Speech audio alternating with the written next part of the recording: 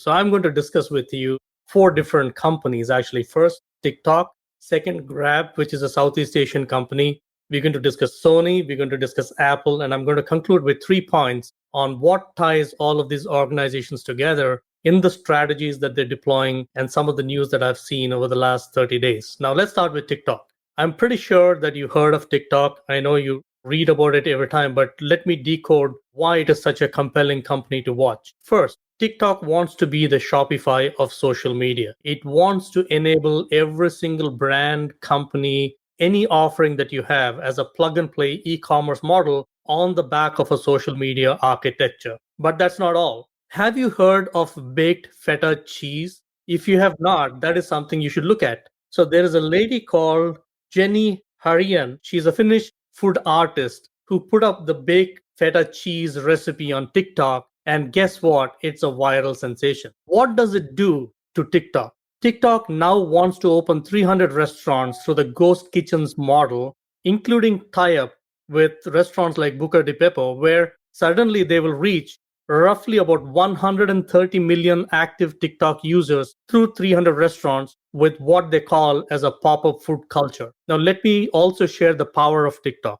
They were the most searched, used platform, more than Google for the first time in last year, 2021, right? So they are by de facto the most searched, used platform on the planet. And here is an interesting fact. It is the second most effective book selling channel for Barnes and Noble. They are now getting into online education sector. So what causes a company that goes on a 10-second to 20-second viral video clip to suddenly metamorphosize into a massive digital e-commerce play? I'll come back to that. Now, let me take you to the second company called Grab. Grab is a very interesting Southeast Asian company that started as competition to Uber. It is a ride-hailing company. But guess what? They're the first neobank in Singapore with a partnership with Singtel that got them 90% share of a certain segment of customers in Singapore. That's not all. They recently started gaming. They're into streaming services and entertainment. And I'm pretty sure they'll make a play in cryptos and metaverse shortly. But they did an interesting acquisition in December called Jaya Grocers in Malaysia. What it allows Grab to do suddenly is integrate the entire value chain between financial services, entertainment, gaming, to grocery delivery, which, by the way, in retail is the holy grail because everybody wants groceries when you want them, not one day later, right? Which is what Amazon has been trying to do with Whole Foods for a long time, not fully successfully. But Grab is a very interesting company that does not actually think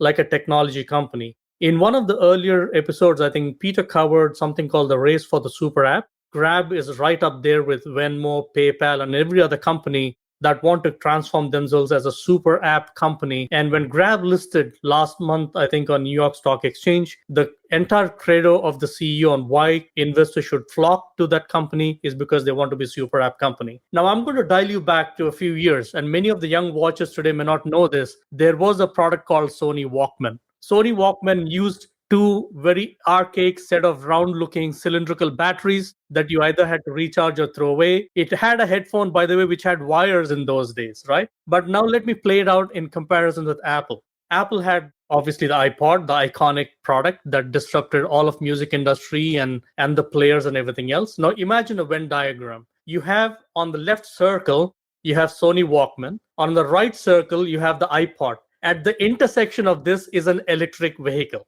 Both Sony and Apple are pushing into electric vehicle zone, as you may, and they believe that they have the capabilities to transform or reimagine mobility. And I want to read out the statement by the CEO of Sony, which I think summarizes in true word what really agility means for these new age companies. With our imaging and sensing, cloud, 5G, and entertainment technologies combined with our content mastery, we believe Sony is well positioned as a creative entertainment company to redefine mobility, right? So they're reimagining how you would travel because of a certain set of capabilities that they believe they have, but that allows them to follow their customer wherever the customer goes. And that's exactly what Apple has done with the watch, with the iPods, with the iPads, with the desktops. They've disrupted music, financial services, game development, the way apps are developed and dispersed, and a whole range of sectors, right? My last example, therefore, I bring you to is really about why is a technology company thinking very differently to be almost like what we would call an old-fashioned conglomerate. But that's not true. Conglomerates in the past looked at every industry as a single marketplace. So if I was in automotive industry, that was a company that catered to automotive industry. If I was in, for example, salt, I would be in the food or the salt business. These new age companies do three things very differently. And let me summarize with that. First, they are able to integrate their business model, regardless of the industries they play in, very seamlessly through digital thinking, but they're able to follow their customers without boundaries. Here is an interesting fact. If you book an airline ticket and travel to another city, your travel touches 17 industries, different industries, including insurance. These companies are able to decode that and follow the customer across 17 industries or whatever. That's what is creating value. And that's where the network effect comes in and the platform effect comes. Second is they build capabilities that are unnatural to them, right? So I would argue that Facebook building metaverse is pretty natural or area of adjacency. These companies don't believe in areas of adjacency. They could pretty much get into pet foods or clinics while they're trying to do, a beverage company. So, and it's very natural to do for them, right? The last one is they want to build a certain degree of leadership capabilities that are not industry centric. This is, Nestle hired somebody from Fresenius, which is a healthcare company. Nike's transformation came from a CEO who came from eBay. So there are the kind of leadership choices they make are also very unnatural to conventional industry thinking. And that is the true definition in how these companies stay agile. With that,